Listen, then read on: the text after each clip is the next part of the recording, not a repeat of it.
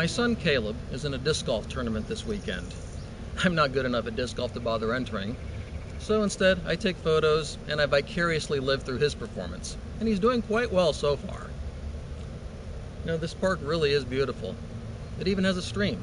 Over to my left here, there's a waterfall making a nice bubbling sound. A little while ago, I went over to take a look and found that the sound is made by water running over a concrete pipe crossing the stream bed. But when I got even closer to that inviting waterfall, I noticed another sound.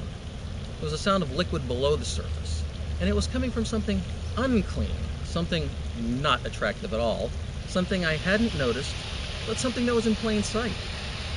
The beautiful park environment had masked the fact that a large sewer pipe runs right through it.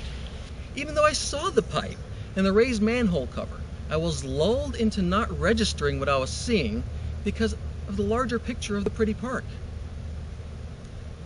Seeing, I didn't see. Hearing, I didn't hear. You know, it makes me wonder, with all of that water that's running across that pipe, slowly eroding it away, and the tree roots growing down into the ground, how long before it'll be a problem and something comes bubbling up?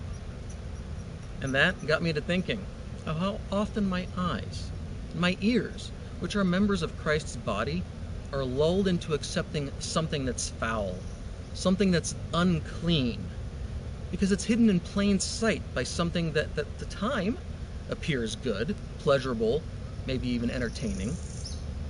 Do I vicariously live the life of someone who is debauched, immoral, and unclean through the TV shows that I enjoy watching, the websites that I visit, the videos that I watch, the movies that I actually pay to attend?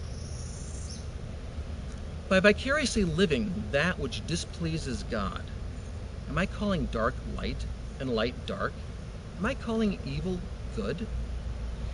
Have I taken the time to examine what I'm allowing to flow through my heart? 2 Corinthians says that I need to examine myself to see whether I'm in the faith. Proverbs warns me that above all else, I need to guard my heart because it's the wellspring of life. But do I have a sewer pipe spewing things into my heart via the conduit of my eyes, via the conduit of my ears? What kind of things are being pumped in that will one day come bubbling up? Ephesians says to have nothing to do with the works of darkness, and that it's shameful even to speak of those things that are done in secret, yet via TV, the internet, music, movies. I'm not only speaking, I'm vicariously participating, as if I'm doing the disgusting acts myself.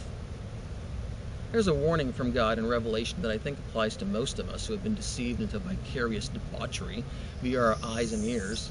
It reads, I know the things you do, and that you have a reputation for being alive, but you're dead. Now wake up, strengthen what little remains, for even what is left is at the point of death. Your deeds are far from right in the sight of God. Go back to what you heard and believed at first. Hold to it firmly and turn to me again. This isn't going to be easy, but the result is worth it. So I plead with the psalmist, create in me a clean heart, O God, and renew a right spirit within me. How about you?